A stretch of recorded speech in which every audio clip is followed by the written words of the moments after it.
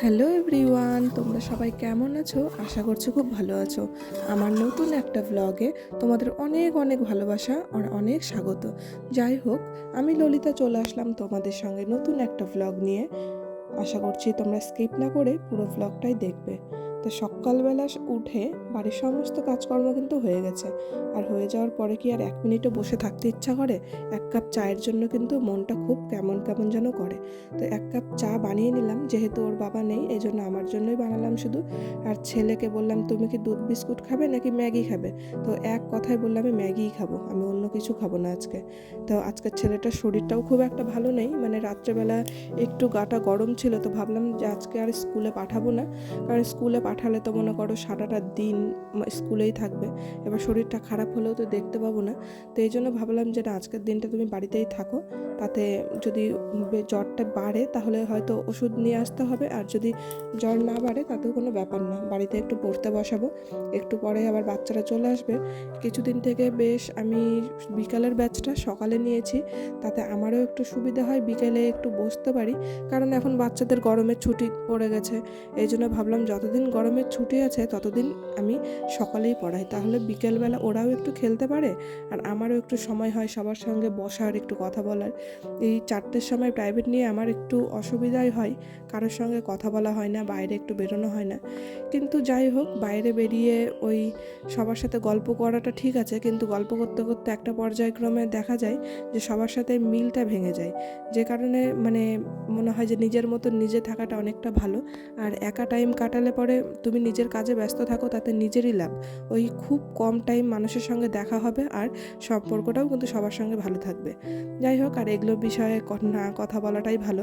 অনেকেই হয়তো এইসব মানে ভুক্তভোগী হয়েছে, বেশি মিল কারোর সঙ্গে হয়ে গেলে সেই মিলটা হয়তো আর থাকে না, জানি না সবার সাথে হয় কিনা জানি না। যাই হোক, কথা বলতে বলতে দেখো আমাদের চাটাও খাওয়া হয়ে গেল, ছেলেরও খাওয়া হয়ে গেল। তারপরে চলে আসলো বাচ্চারা সবাই পড়তে। সবাই বলবো না, কারণ কয়েকজন কিছুদিন থেকে আসছে না, হয়তো শরীরটা ভালো নেই, আবার তখন সবাই এসে সেরেছিল না। তো আমার পড়ানো তো হয়ে গেছে, তারপরে কিন্তু আমি সকালবেলায় স্নান করে নিয়েছিলাম, স্নান পুজোটা কিন্তু সকালেই করে নিয়েছি, মানে যখন চা খেলাম তার আগে। আর এখন বসবো লাইভে, যে কারণে আমি একটু রেডি হয়ে নিচ্ছি, মানে শাড়িটা পরে নিচ্ছি। শাড়ি পরতে না বেশ ভালো লাগে, কিন্তু যে গরমটা পড়েছে শাড়ি পরতে ইচ্ছা করে না, কিন্তু ইদানিং দেখছি শাড়ি না মানে পরতে পরতে একটা অভ্যেস হয়ে গেছে, আর বেশ ভালোও লাগে শাড়ি পরতে। আর আমার কিন্তু খুব পছন্দ শাড়ি পরা, কিন্তু এই গরম আর অভ্যেসের কারণে হয় না। তো প্রথমেই একটু ময়শ্চারাইজার লাগিয়ে নিলাম, তারপরে দিয়ে দেবো এখন সানস্ক্রিন, কারণ সানস্ক্রিন না দিলেই নয়।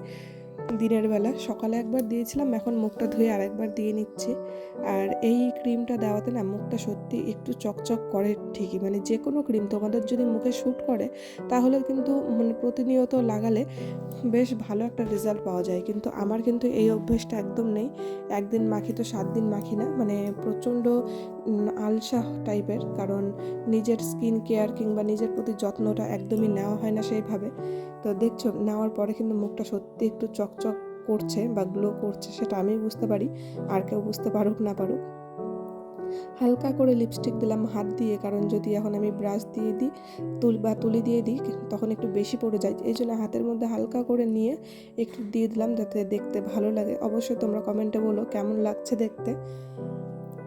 আর সিঁদুর তো পরাই ছিল, সকালে পরেছিলাম, তো ভাবলাম যে না আর একবার পরেই নি, কারণ যেহেতু শাড়ি পরলাম, মুখে ক্রিম ট্রিম লাগালাম, এই ইসে একটুখানি আবছা হয়ে গেছে, এই জন্য আরেকটু সিঁদুরও পরে নিলাম।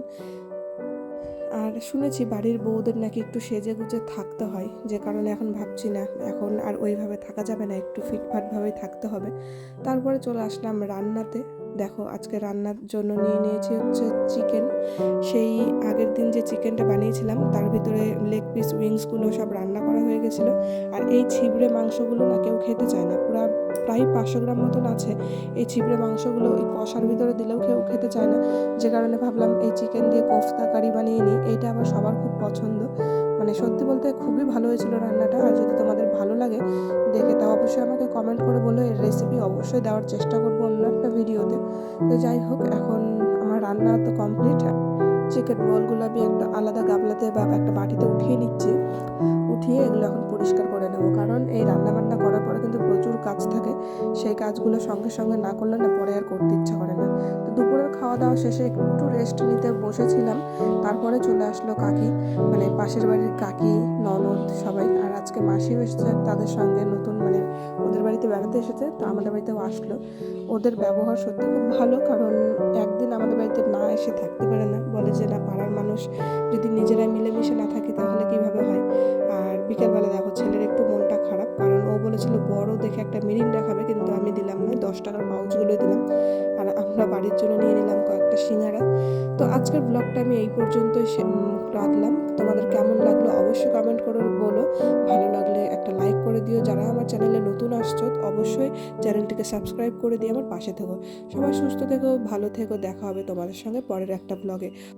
কমেন্ট করে বলে যে আমার রান্নাগুলো তোমাদের কেমন লাগে, অবশ্যই ফিডব্যাক দিও।